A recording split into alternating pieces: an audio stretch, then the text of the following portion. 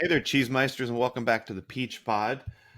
That would have been Blood is Thicker Than Water by the Triplets. That's the song playing at the end when we're all worshiping our own stupid fucking prank.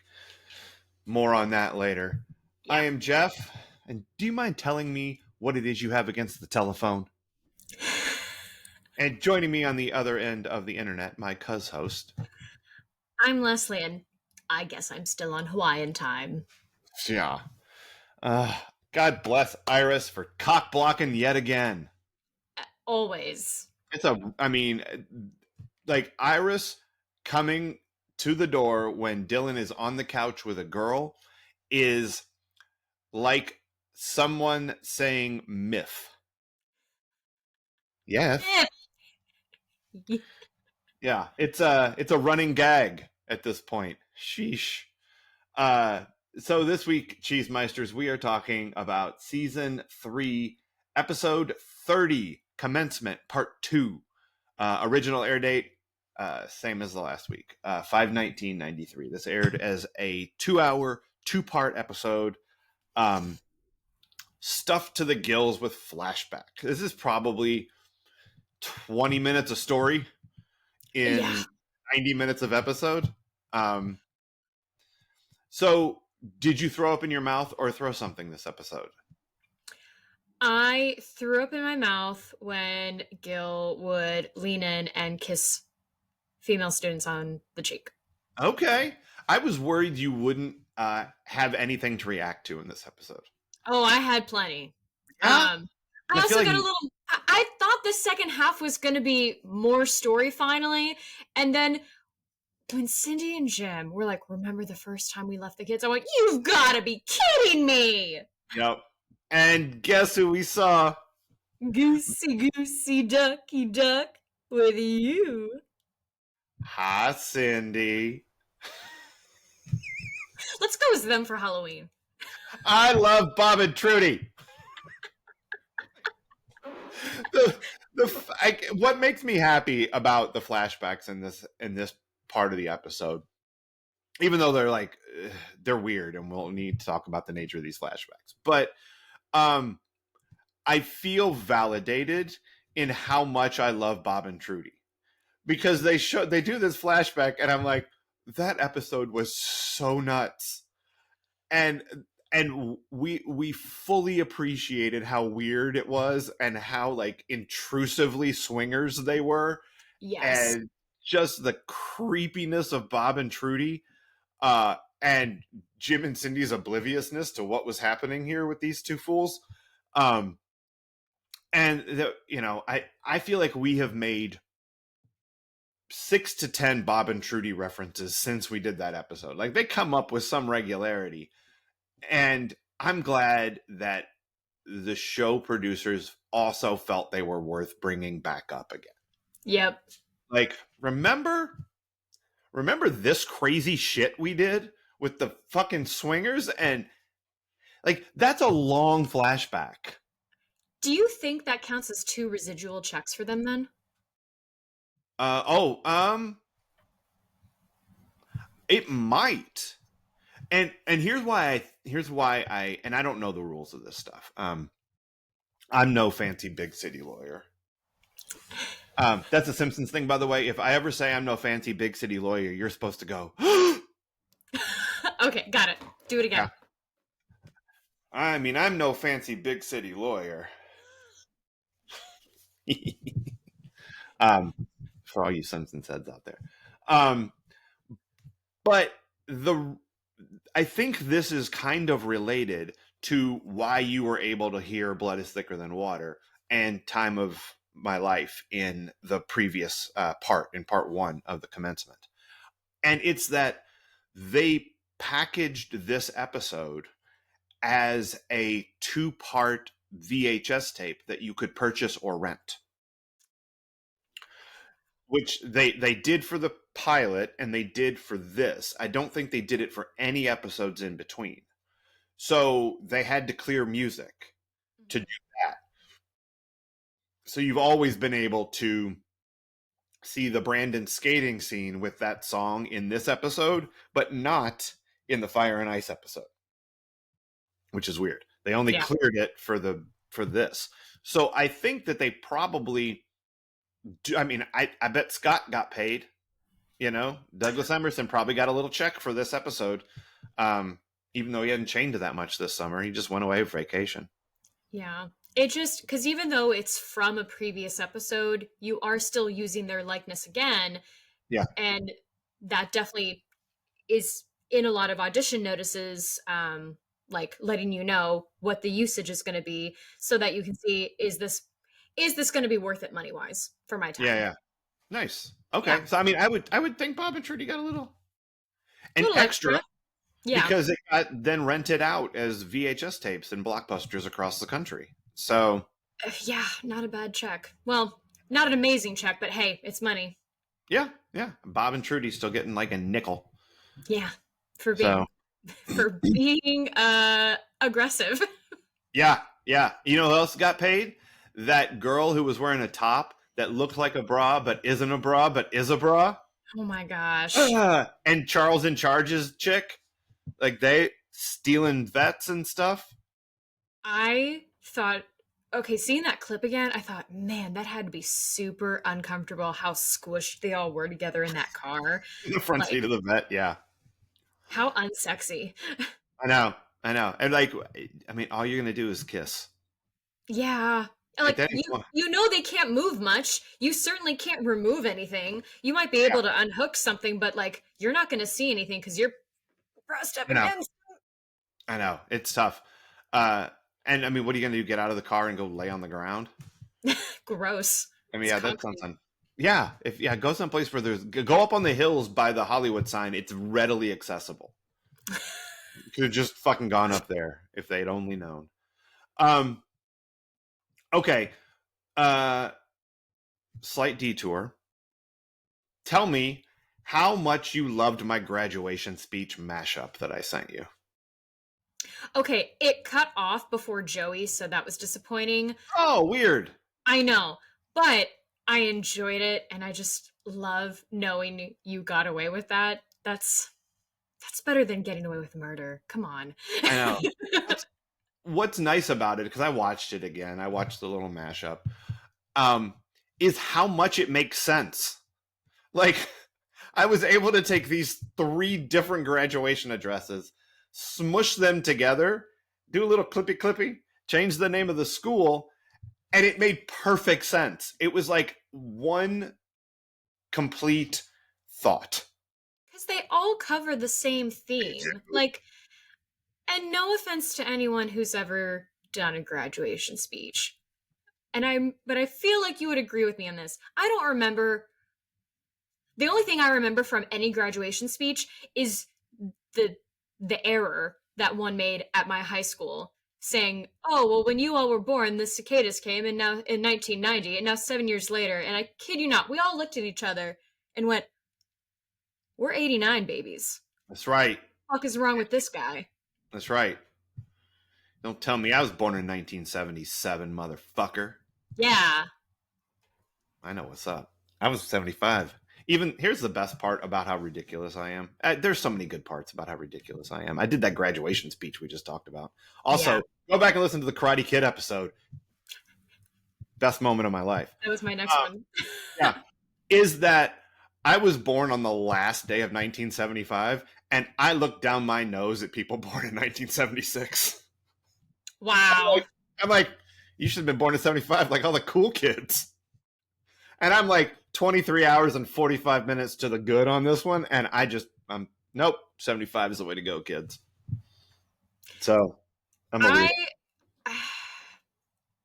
Yeah, I don't think I have that level of confidence in being born in, to see the last 6 months of the 80s. But I do like saying, well, I was born in 89, but I only got to see 6 months of the 80s, and I sadly don't remember. I mean, you could claim like being born before the Berlin Wall came down. That's probably more profound than me saying it was my year before Taylor's. Yeah, I don't think you win that one anymore. Not right now. No, I But don't don't. worry, you have a lot of time. You can overtake her. Look, here's the thing. I let's see which of these is more realistic. You born in the same year as Taylor, overtaking her in whatever metric you would choose, Sure. or me born one day after Tiger Woods, overtaking him.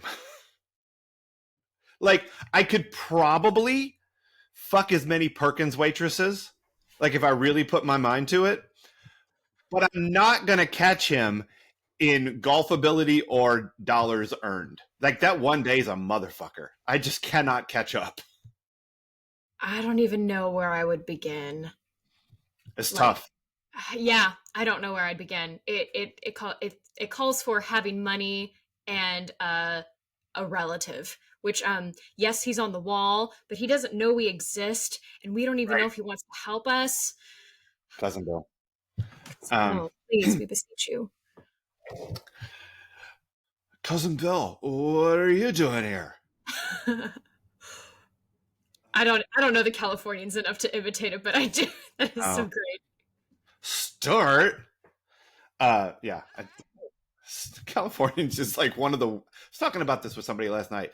How fundamentally weird that sketch is, and the fact that it only exists because people who were working on SNL when they came back from like working on something in California would always talk about how they got places, and they just the people like whoever wrote the sketch. I don't know if it was Hader or Armisen or whoever it was like it's hilarious that everyone comes back and only talks about how they got places and it just became a running gag and then it became this like Wow.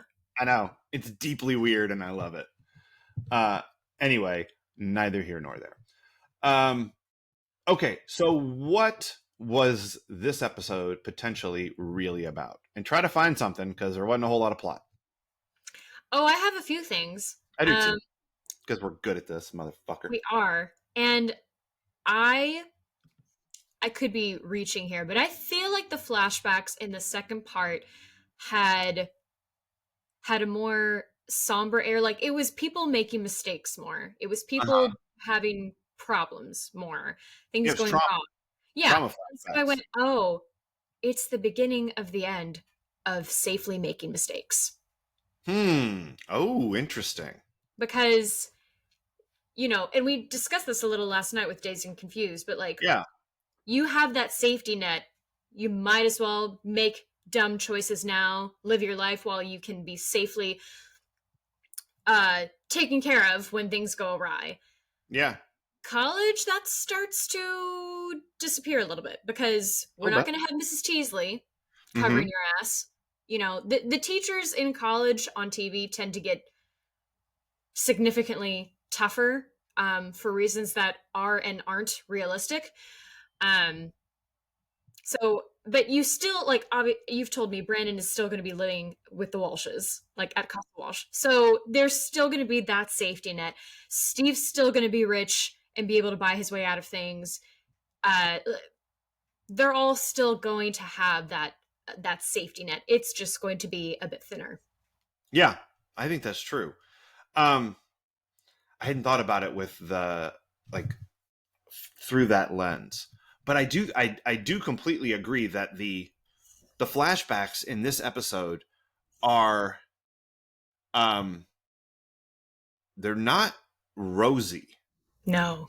Like they are like Jim and Cindy.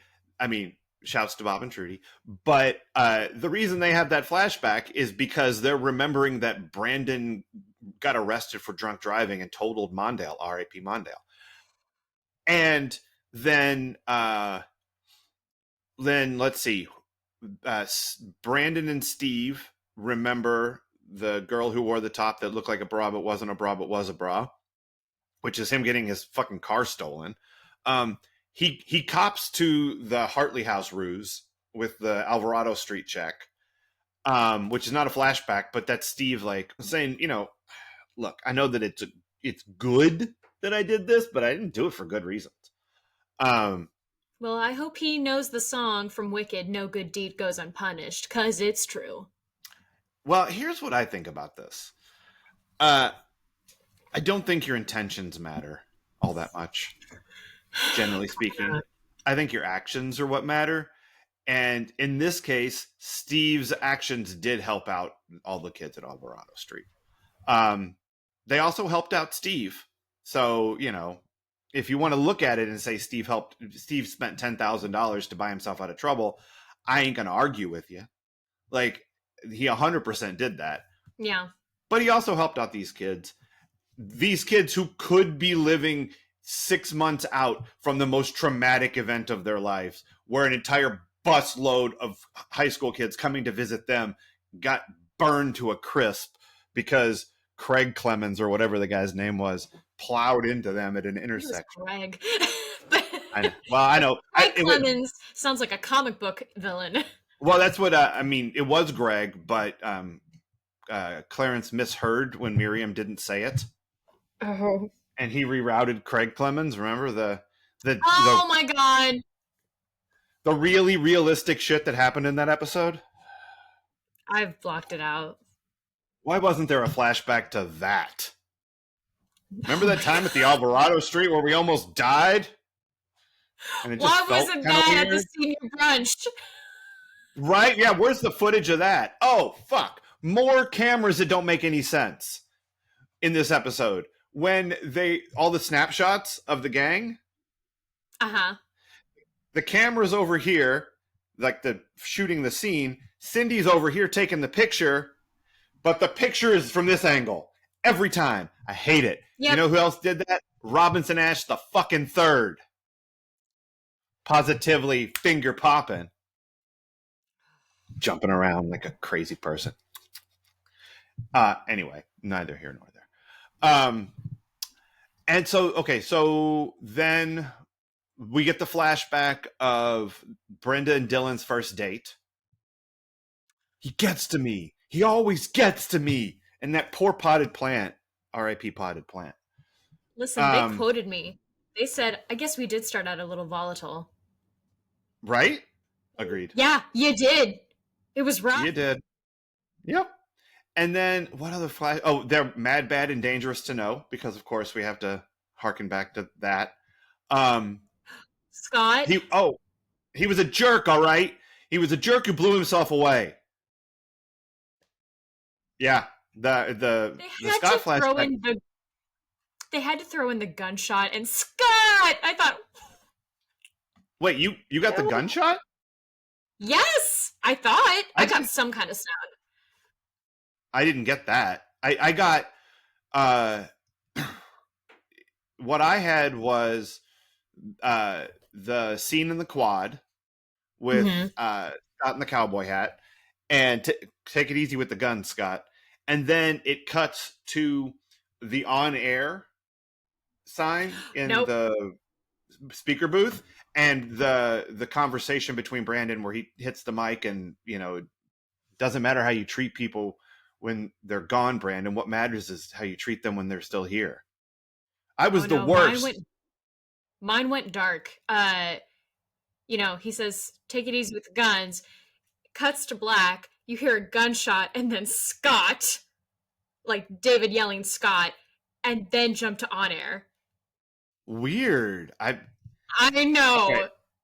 So it's possible, because what I've got is all of my stuff I taped off of SoapNet like 10 years ago, and I cut them. Like, I took out commercials so that I wasn't constantly having to watch commercials from SoapNet 10 years ago. So I might have trimmed it, where it cut to black. I might have trimmed it there, missing that Scott part. So that might be on me. But I did not have that part. But I think that all the flashbacks in this episode, the flashbacks themselves are telling a story, and the story is what one of the things I think this episode is really about, which is we are wrapping up a period in our lives on this show with these characters in this setting. The gang might be splitting up, like Dylan may not go to CU. Brenda's going to Minnesota. Andrea's going to Yale. Like, we're going places. But according to Andrea's speech, it doesn't matter because no one can take away this moment in time. All of our memories are real. We did these things. We made this mark. We lived here. Um, Here's the proof. And not all of it's great. Some of it is, um, you know, R.I.P. Mondale. Some of it is, how many girls Brandon made out with last episode. But all of these things make up the memories that we've created. And just because we may not be together doesn't mean that we're still not friends. Mm-hmm. And so also the show saying, hey, if not all these kids go to the same college next year, it's still the same show. We're still, you didn't, we did these things. That's what they Uh, think. yeah. But what I think it is look, no matter how nuts the college years are about to get, we'll always have how nuts the high school years were. We're never gonna not have Bob and Trudy. Yeah. Like they didn't get flashbacked here, but we're always gonna have David's grandparents in Palm Springs. Yeah. And Brenda's inability to use a phone book to call different hotels. We're always going to have the slumber party with the peeping toms outside and the fucking diet pills on the floor. Oh my God. Yeah, Amanda. we're always gonna have Monsieur Rick singing "Great Balls of Fire" with Jimbo. We're gonna have all of it. Like we can, moving forward, whatever happens, and is gonna happen, we'll always have this crazy shit. I'm so So scared. I know it's amazing. Don't be scared. Ah, Be ready. Be ready to embrace the lunacy that are the California University Condors. Cal Uni. That's Cal Uni. Um, yeah, See you. that's right. That's right. See you. Oh yeah, yeah. Switched it for me. I like it. Um, uh, what else might this episode have really been about? Some obvious ones, saying goodbye to childhood, because, Mm-hmm. you know, a lot of people, there's a lot of debate about when childhood ends, but I think, if you're lucky, and for a lot of people, it's end of high school. And like we said last week, they are leaving behind who they were. And I think it's a great way for the show, again, to be like, okay, they were in high school. Now they're in college. We're going to do some more adult shit with them. So be ready or Mm-hmm. change the channel. Right. Yep. Which you kind of have to do with characters when you start them younger. Like, it might behoove other shows because nowadays you hear more and more people get, I don't know, people act weird. And I understand it when, like, you've been watching this character from seemingly childhood Mm-hmm. and then you see them grow with as the character and then they start doing adult stuff and everyone's like, it's like watching my sister or brother. Right. And it's like, yes, but you're also, it's a character, it's fantasy. Yeah. I mean, there's a whole thing right now where like Millie Bobby Brown is like actively yelling at people about that very thing. Yeah, I mean, that's, yeah. Like I haven't paid any attention to it beyond I headlines, but it's, she's like, look, I fucking deal with it. I grew up. Yeah, it's one of the, I feel like it's one of those things I've had thoughts on for a while because again, we have been watching her grow and you have and then I have to remind myself like she's her own person. She's not 11. Right. Um yeah, it is what it is and people get really, it's so weird too because there was, it's a double-edged sword because people do the thing with young girls of like, oh, we have a countdown until the Olsen twins are 18, but then Right. like, oh, but Miley, she's dancing and doing sexy stuff, this is not okay. No, you're not okay with your feelings, go to therapy. Mm. You know what I like about TV show girls? I get older and they stay the same age. Yes, they do. Yes, they do. No. Shouts to Wooderson. I love when we watch a new thing and I can add references that I know that you'll understand now. That Yep. makes me happy. It is fun to get to be part of more inside Yeah, jokes. we broaden the lexicon. Yeah. So, okay. So yeah, say much like that, saying goodbye to childhood. Um, here's something. Worrying is dumb. Like Andrea spends this whole episode worried about her graduation speech, and she gets up there and she fucks it up anyway, but she pulls it out. She's fine. David spends the whole episode worried about whether he misnumbered a chemistry test that turns out he got the second highest grade in the class on. I I don't know what kind of school Mrs. Teasley's running where they don't give you the grades on your final exam until the night of graduation. That seems kind of fucked up. Yeah. Um, Look, grades have to be in like a week before graduation. They gotta process this shit. They gotta know who's gonna get their diploma or a blank piece of paper. Um, they gotta know who's gonna go to, like they gotta do this shit. Teachers aren't grading papers the day of graduation. That's not how it works. They might be grading the 10th graders papers because they're not out of school yet. Seniors done. Like, Yeah. this is stupid. So no chance that that's what's happened. That's what happened. But relax, David. It's fine. Yeah. You're gonna get to graduate. They already replaced you in the DJ booth with that Eric kid last week.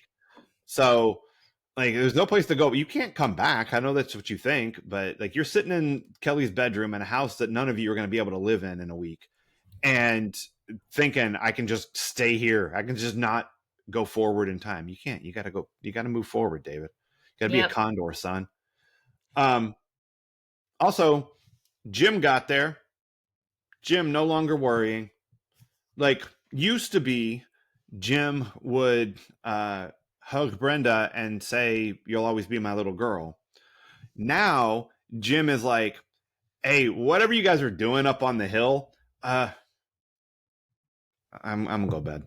Yeah. Also, I guess Brenda can go to clubs now since she and David and Donna are going to a club and missing the whole prank. Oh, Um, I think that went over my head, and that was not club attire, but okay. yep, that's what they did apparently. And Jim's like, "Whatever, I'm not worried. You guys are fine." It's graduation night. Yeah, I mean, I look. I was here 2 weeks ago when you guys went to prom, and you guys were okay. And Donna fucked up, but then Brandon, leads a march through the streets, and all right. Yeah. I guess Jim is just like, we're good. Jim's found the weed. Yeah, that'd be great for Jim. What he should have found was the ducky ducky goosey goosey. Mm. Will you? Hold on. I have a. Oh, there you go. I could have done it with this. Although I do this, I hit myself in the face. I was So- going to say, I'm very nervous for my glasses, which need replacing. Oh, there you go. Well, there's your excuse. Knock them on the. No, because I'm still going to take too long to get it done, so. That's fair. One other thing that I think this episode might have really been about is the Wizard of Oz. Mm. Because there were 3 different references to the Wizard of Oz in this episode. One completely wrong. Okay. Which one was completely wrong? That they're all to be munchkins? There is no Wicked Witch of the North. That is Oh, not a thing. There is yeah. a Good Witch of the North, but she's in the books and not the movie. And I don't care that I'm coming in hot over something that no one else cares about. Well, I mean, welcome to my life. Just having deep, passionate opinions about things that don't matter. Yeah. And here's the other thing. You don't know this yet, but the Cheesemeisters may. Eventually, we meet 2 of the Flying Monkey Boys. Oh, Steve never, when we meet Ryan and Austin at the beginning of season 7, he never mentions a 3rd sibling. So at some point, I don't know, Rush sold one of them, like Joseph and his amazing Technicolor Dreamcoat or something. We just decided it's one too many. But yeah, I didn't remember that this early Steve referred to his step siblings as the flying monkey children, or why he did it. Because when he does it in season 7, I'm like, where the fuck does that reference come? Why is he calling them that? But it's because the step monster is the Wicked Witch from the North or whatever that Steve gets wrong. Um, so they're out there. We got this Wizard of Oz thing happening. Mm-hmm. David tells Brenda and Donna to beware of lions and tigers and bears. Oh my, when they're up in the hills. And what he meant was, like cougars and shit, like bobcats actively roaming the Hollywood hills, murdering pets. That's what he Yikes. was talking Oh about. no. Oh, that's a real thing. Like Oh there's no. yeah, people who live in the Hollywood Hills have to really pay attention to their tiny animals because there are actual critters out there that are gonna come down and get them. I'm so glad now that the fates were on our side when we were there and we didn't go hiking with Ember, because Oh, I would have had a story about fighting a cougar and probably lost. But right. you're not eating my baby. Yeah, there was uh Conan O'Brien's podcast, where they do the summer episodes with the Chill Chums. Yeah. They last year they did it in Sona's backyard, and Sona lost her house. Yeah. She lives in Altadena. But she lost her house in the fire, but they were in her backyard recording, and you could hear like the coyotes in the background. Like, and they were loud. Wow. Yeah, it's apparently just a very real problem for people in that area because that's the wildlife, and they're just fucking out there, just munching on dogs and shit. Oh no. I know. Wait, Toto too? See, it's all about the animals. Um, and then Oh. when they're coming down the hill, Brandon calls them all munchkins because they're doing lions and tigers and bears. Oh my! But also, maybe Brenda is Dorothy. Like Yeah. maybe the twister that took her from her home in Kansas Soda to Beverly Oz was just Jim getting a new job. And maybe for Brenda Dorothy, no place like home is going back to Minnesota for college. And maybe Dylan and Brenda and Donna were the lion, the Tin Man, and the Scarecrow, and David was Toto. I don't know. I don't know who Steve was. I don't know who Brandon was. Um, I mean, Dorothy meets a lot of people, so True. there's plenty of characters to go around. You know who Brandon is? Brandon is the kid from the Lollipop Guild who does this. Yes, he is. We represent the Lollipop Guild. Oh That's what boy. Brandon is. Yep. Um, and I think because Steve is a climber, he's mayor of the Munchkin City in the county in the land of He could Oz. be the wizard. He could be. Yeah, pay no attention to that Steve behind the curtain. Yeah, and maybe Scott was a horse of a different color. I don't know. Um, oh man. Scott's the Wicked Witch of the East. Oh, just fuck. Yes, he is. Just dead under the Walsh house. But Ugh. instead of the shoes, you see his hat. Yeah, his little cowboy hat curls up. Yes, that's exactly what happened. And everyone's happy about it. Aww. We don't have to pay him. That's right. And Emily Valentine is in the Lullaby League. Shoutouts to younger me being the only kid who didn't audition for that. Oh, Well, yeah? oh yeah, I stood there while all the girls ran over, and my mom and sister were like, "Go, go!" And I went, "Like, I'm Yeah. not wearing that fucking hat." I don't know. Hats are good, I think, sometimes. Hey, I still got a line. Okay, good. What was your line? Was it that? Follow the yellow brick road. Follow the yellow brick road. Yep. I I couldn't love the way the Lollipop Guild speaks more. I know. I'm sensing that. It's always tickled me that they sound like gangster kids from 1930s movies. Considering they were adults. I know, but it's so weird. Yep. Just a ton of Danny DeVitos. Right? Yeah. Oh my god. Yeah. Except for without the Jimmy's Johns or whatever he's done. The Jersey Mike's, that's what he does. Oh, I didn't know that. You didn't know the Danny DeVito's in the Jersey Mike's commercials?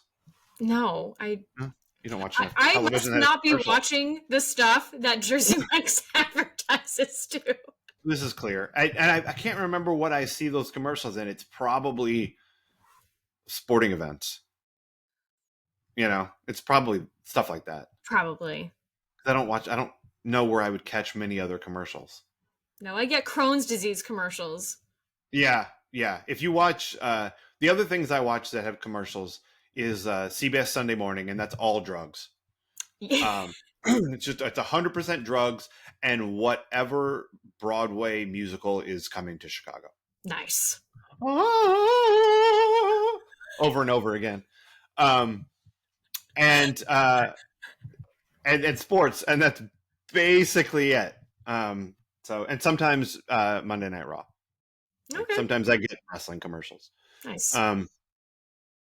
Unrelated, but now that I was talking about wrestling commercials, in the 90s when I was watching wrestling, I wasn't even really watching it, but like I go back and I watch them now.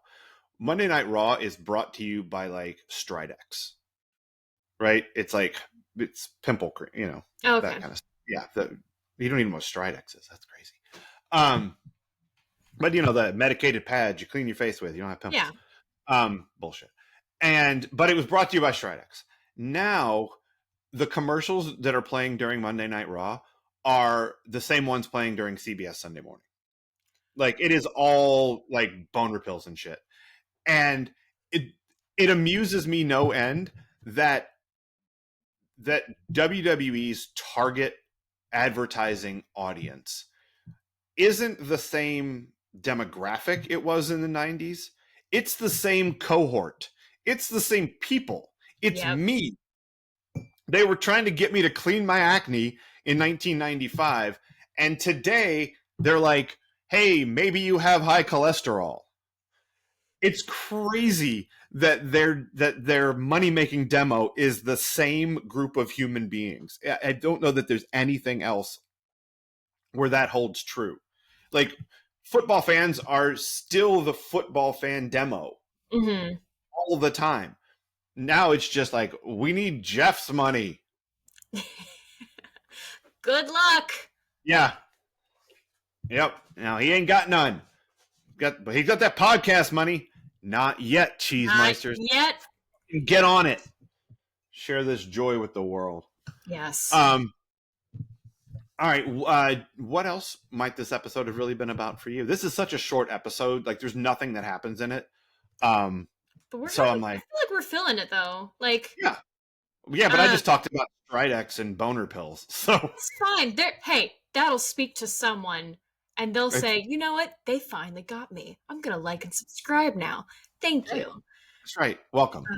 Yeah, welcome. Tell 5 people. That's right. I think the last thing for me that I noticed this episode was about was obviously leaving a legacy. Like, I don't know that I thought about leaving a legacy.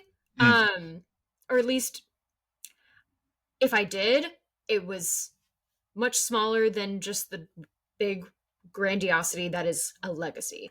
And for some reason, these kids really want to leave a mark. Now, what's stupid, and maybe this is a great time to segue into the ridiculousness of this prank, because I'm like, you all know Mrs. Teasley can't get you out. Like, she's going to see the news and see that and go, not my circus, not my monkeys. Yeah. Okay, here's a maybe. Maybe they have plausible deniability, because what they cover the Hollywood sign with is W Bev High 93. But they spell high, HI, not like high school. So maybe people will look at that sign and think that someone is saying hello to the class of 93 from West Beverly. West Bev, hi. Wow. Like maybe that's their, you can't pin this on us. Why would we say hi to ourselves? It doesn't make any sense. You know what makes sense? This prank. Look, I Okay. don't know. Do you know how tall the letters in the Hollywood sign are? I don't know. Tall enough to hurt yourself because I was looking up things about Hollywood sign and unfortunately suicide pops up. Sure. And I'm like, Right. well, then that tells me it's dangerously high. Oh, let's see. How tall is the Hollywood sign? Google. Two Okay, stories. 45 feet tall. That's 4.5 stories. Whew. Okay, and 30 feet wide. Um, that's a lot of material and a lot of paint, and that material is going to be heavy. Yep. Like, I like the idea of Andrea crawling up the hill with a pulley that she then drops back down, and they hoist. But what were there, 5 of them who were actually there to do it? Yeah. Andrea, Steve, Brandon, Dylan, and Kelly. Yeah. Five people to hang WBEVHI93. 8 letters that are 45 feet tall. Presumably there's some kind of weather. Like there's going to be some wind. Like that shit's going to be blowing around. How do you fasten it all down? And also, to what end? Like, that's real dumb. Like, most people are going to look at that and go, what? I don't even know what that means. What does WBEV High 93 mean? Yeah. And not for nothing, how could they have done that in Jim and Cindy's backyard? Uh huh. Like that's Yes. not possible. I'm trying to see if anyone's ever covered it with anything. They would have to. Has anyone? It's Yes, one of the that's what I great mean. things about the internet. Okay, let's see. On February 11th, 2010, as part of a campaign to help raise money, and with the full support, this is important, of both the city and the Hollywood Sign Trust, some organization covered each letter of the sign with large banners reading "Save the Peak." I Oh, don't know what peak that is. Somebody did Hollyweed at one point, but that's only covering 2 letters. yeah. 1976. Okay, here we go. An art student altered the sign to read Hollyweed as a prank, and the sign was altered again to Hollyweed in 2017, both times marking the enactment of looser state marijuana laws. Nice. Uh, this one I did not see that this one happened, but I'm 100% behind it. In 2021, apparently, 6 people, so not quite as few as 5, were arrested. Again, consequences. They were caught Yes. after altering the sign to read. Would you like to guess? Mollywood. Nope. Holly Boob. Oh my god. Again, I said that I fully support this one. I know it. I should have guessed. But Yeah. But again, that's only covering 2 of the letters. yeah. So 6 people, 2 of the letters, they got arrested.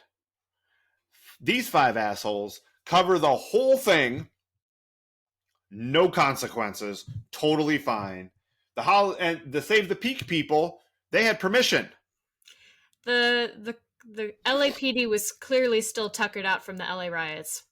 They have other things to deal with than these fools, Yeah. but this prank is impractical.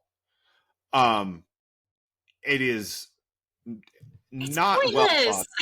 very point. What do you say? Like, this is the legacy you want to leave? I misspelled high. It just makes them look so self-absorbed. Well, I mean, so does every action they've ever taken. Not like this. For some reason, you know what it was? The senior brunch tipped me overboard. Uh huh. Because, Yeah. you know, maybe a week and a half ago was the last moment I didn't know what they were about to do. And then Pinterest said, I'm going to let you know now. I'm going And to show you show you this the photo. foolishness. And I was like, I mean, crestfallen doesn't even begin to describe. I was like, really? That's what they're doing. Why? Yeah, it's dumb. Like it is, but it's exactly what this show is. Yeah, and I mean, kids do stupid, meaningless shit all the time. Not Yeah. predominantly, but a lot of the time. I think my class had a better prank, and it was limited. It wasn't about being seen, but it was about a legendary moment. Uh-oh. Are you going to share? I mean, Is this what your sure. is this your nostalgia corner? No, it wasn't, but you know what? It's a short episode. I'm gonna give two things if we want to jump into that. Okay. Double nostalgia. This prank, this was this wasn't even, I think this was sophomore, junior year, doesn't matter. But none of us liked our English honors teacher. Like Uh-huh. he was a fool. And Mhm. there were definitely some pedo vibes about this guy. Yes, Great. they do. Yes, Yes, they they do. do. But not all Woodersons look like Matthew McConaughey, so just keep that in mind. Fair. So we Be a all lot cooler if they did. maybe I come in. This class would happen right after lunch. So I come in, and people are starting to turn everything in the room upside down. Like Oh. not just the desks, the posters, his desk, or yeah, everything that could be moved in that room got turned upside down. So I start helping. My friends start helping, and he comes in, sees everything, and runs out the door. And we immediately go, turn everything right side up. And we did, and it was amazing. And by the time he got in the room, we're all just sitting there, and he's got some school admin, and he's like, what?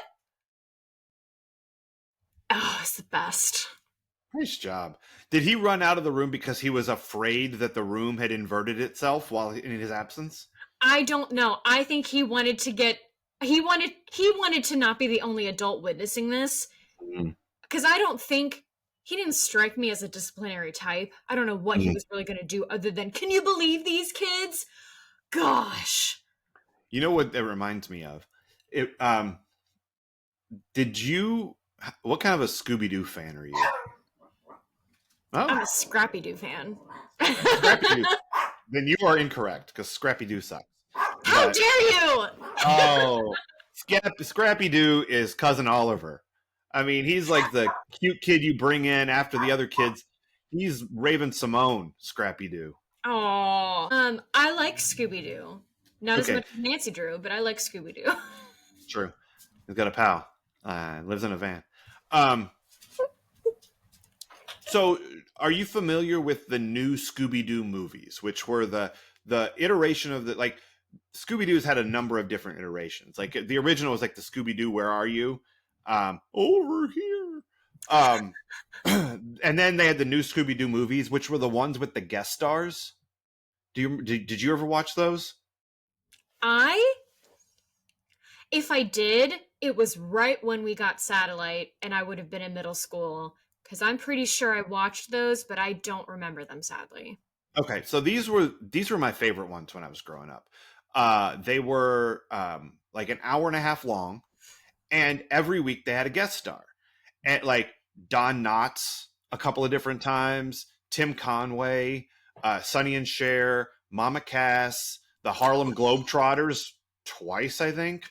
Um, Batman and Robin twice. Uh, Josie and the Pussycats, I think, were guest stars one week. Um, but there's an episode where Batman and Robin are the guest stars, and the Joker and the Penguin are the people they're trying to catch, and it's kind of amazing. but there's a drawbridge, and there's a crank at the bottom of the drawbridge, Yeah. and there's a troll down there, but the troll's just the Joker wearing a different mask. Anyway, when you crank the drawbridge, it turns it in a circle, so you run in one end and you run back out the end you came in. But there's a different crank for like a little house next to it that turns everything upside down because there's like there's a mining operation going on under something. I don't remember what and it's look, it was a real estate scam. 100%. That's all Scooby-Doo was, real estate scams. But you run into this house, and if they crank the wheel, the whole house turns upside down, just like your classroom. Yep. And like the tables are like nailed to the floor, and everybody's all freaked out. So you just Joker and Penguin, Scooby and the gang. Hell yeah, we did. Wait, no, our teacher wishes he was the weird adult in a mask fucking up the real estate. Okay. He didn't wear an ascot? No. No Fred vibes? Don't take away my Velma status. You and Linda Cardellini. I would be honored. I know. All right, what was your second nostalgia for? I'm going to repeat myself because I know I've mentioned cameras before, but no, the disposable cameras, I mean, that click that I kept hearing, I mean, every overnight field trip I would buy a disposable camera. Every summer, I would buy a disposable camera or two until I finally got, a digital camera. Because we didn't have these yet. Yep. And it was great. Nostalgic for a camera. Nice. I like it. Plastic thing I'm going to throw away after 25 photos. Yep, there you go. This episode didn't make me nostalgic for anything because it's graduation shit. It's the same thing. Here's what I wonder though about this graduation episode and graduation episodes in general. And I think it probably is different because we've done these 3 years, these 3 seasons in a year and a half instead of over the course of 3 years, like we did it when the show aired initially. And I get that we're like, you're supposed to feel at a graduation like these kids did something, like in real life, like, good job, family member who just graduated, you did it. I don't feel like these kids did anything because they're make-believe. Like, they're not real people. And what they got up to for the last 3 years was nuts.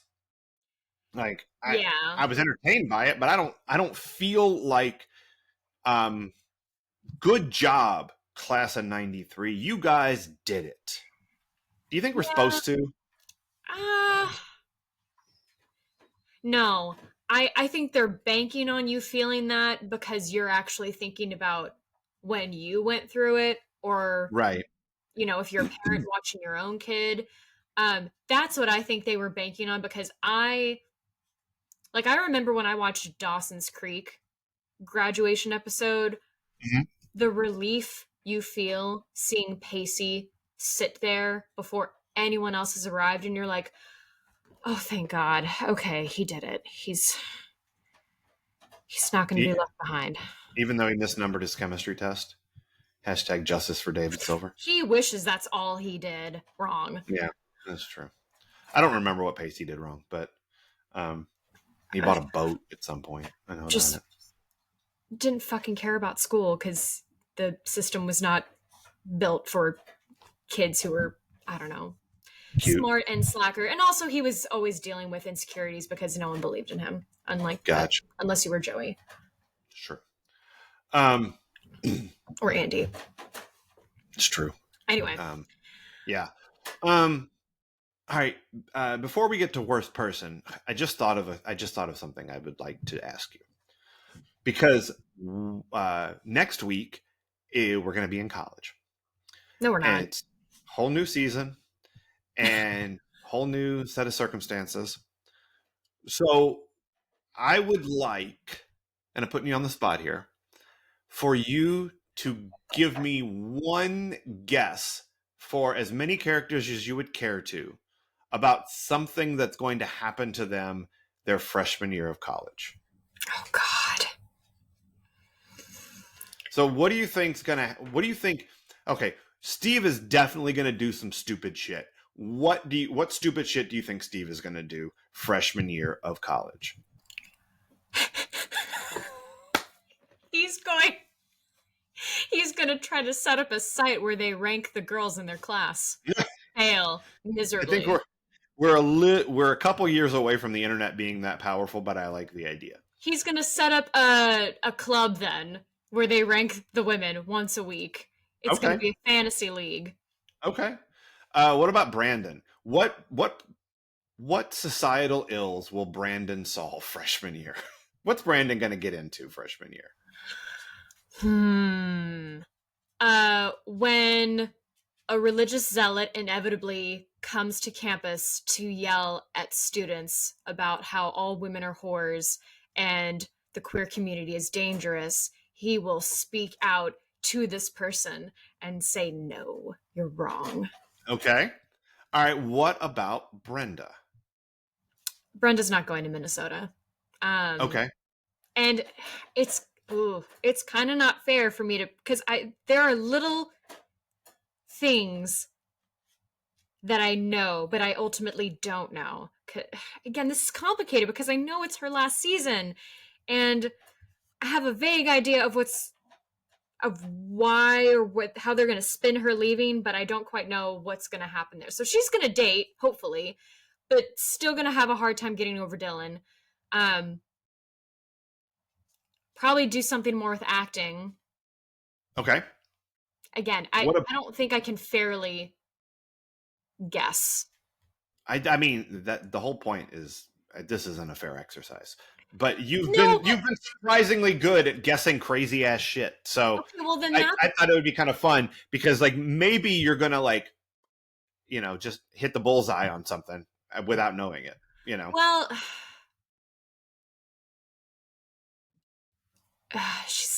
she's gonna go through a rough patch or something because this photo I have of her where she's wearing shades and looking miserable and hippie, I'm like, I Oh, can't wait to meet you, honey, because that's my vibe.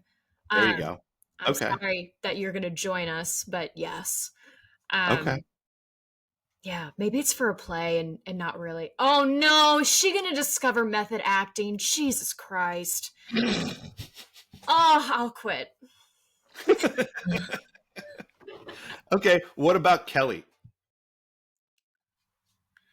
I don't understand why Kelly's even going to school. She Mm. clearly does not give a shit about school.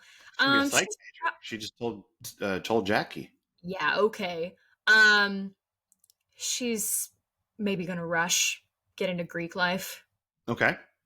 What about Donna? Um, I think Donna and David are gonna break up. Okay. Like that has to happen at some point. You know, it was challenging enough for David to learn that his girlfriend wasn't gonna have sex until marriage. But now there's gonna be college girls. And what Yep. do college girls do? They put out Oh yeah. Thank really. God. Um, shut up. So yeah, he's not going to be able to hold back anymore, and they're gonna break up. Okay. Is that your David prediction, or do you want another David prediction as well?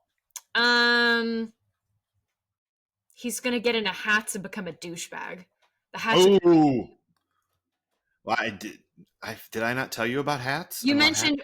mentioned when he wears a hat, it's not a good thing because I Yeah. had said when Brandon's chewing gum, he Yep. makes poor choices.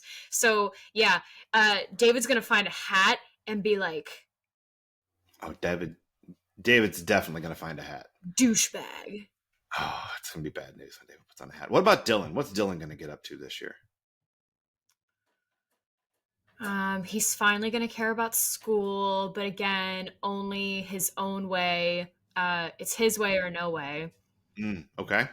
Um, he's another one though. I don't understand why he's going to school. Like he's going to be a permanent student of the world. So Right. why spend that money on college if you're just going to keep doing your own stuff and learning? Like I trust him to learn on his own. Yeah. What about Andrea? I really thought she wasn't going to Yale, but now I wonder if maybe she is, and we're not going to see her except for here and there, and I'm sad. Because I I'm kind of convinced she's going to Yale. I'm not convinced Brenda's going to Minnesota. Gotcha. Okay. Yeah, What about Steve? Oh wait, we already did we Steve. did, Steve. Wait, so have we done everybody? I We think did. so. I think Yeah, so. I think we did Mrs. everybody. Teasley's gone. I know. Oh, shouts to Mrs. Teasley. She went out Um, looking fire as always. yeah, Mrs. Teasley's the bomb. Um, are we gonna get a teacher worse than Chris Suter and or Gil Myers? And if so, in what way will they be worse? Oh, based off in no way, anecdotally, yes, they will be worse. And in what way? The grooming will continue. Okay. Um, someone's proud. Oh no, Kelly's gonna date a psych professor. Jesus Christ. Ah, it's gonna be Professor Plum. Ah, I'm so. Oh, I need. Where's my therapist? I like it. I like it. Okay. I think we have. I think. Oh no, no! Oh, What if what? Gil? What if Gil becomes a professor and follows them? Ah! He's just. Look, your motives are just. Um, Oh my god. Friends of the Bay, Dylan. Okay. Who is your Steve Sanders Memorial worst person of the episode? And by the way, great job on the predictions. Can't wait for you to see the things that happen. I can't wait either. Um. Okay.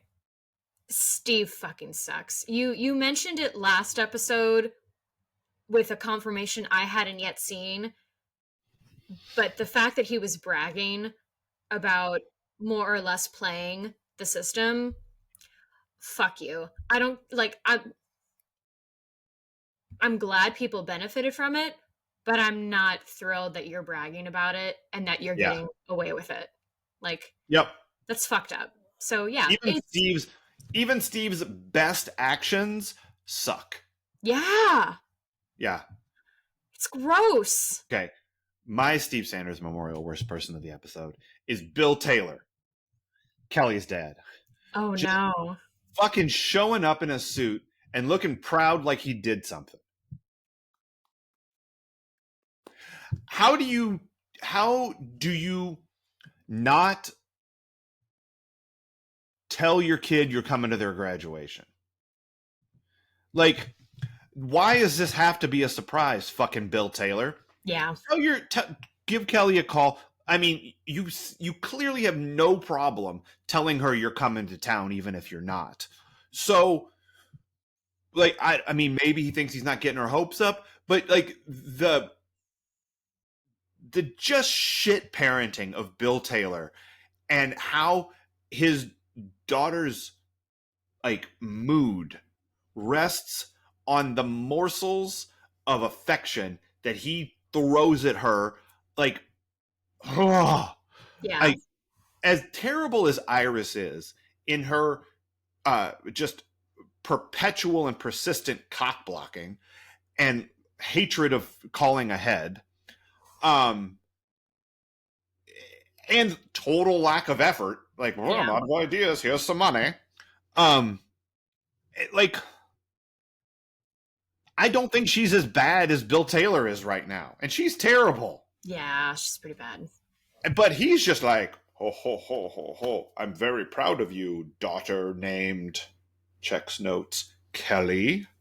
Yeah, because he's giving her that love kernel to tide her over until the next time. Yep. Yep. And she's going to see this as, "Oh, this is love." And it's like, it's fucked up is what it is, Kelly. Mm-hmm. Yep. Um so good news, Bill Taylor gets recast. Doesn't look like that guy anymore. Bad news is we ain't done with Bill Taylor. Yeah, I figured. Yeah, we're gonna get us some Bill Taylor starting some problems at some point. He's oh, maybe he fucks up Kelly and Dylan. I don't remember. Another dad in the way. I don't remember what year he shows up. Oh, okay. I don't remember if he shows up freshman year or if he doesn't show up until like junior year. Oh wow. Honestly, I'm not sure. Um, To and pay for and rehab. what's that? To pay for rehab. He pay yeah, Bill Taylor. And we still haven't met Steve's dad. No. Which we will. We'll meet Rush Sanders at some point. Um, next season, we meet Rush next year.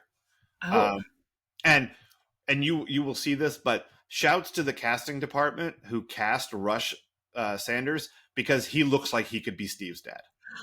Wow. It kind of the same way that Jack looks like he could be Dylan's dad. Like they're similar enough that they look, like you go. Oh, by the way, not for nothing, just saw this picture. Did you know that Jack was also Jason Bateman's dad in the Hogan Family? No. Yeah, yeah, he was a sitcom dad before he was Nice. Jack McKay. Yep. So, shouts to Jack McKay. Uh, Eh, all right. I think we did it.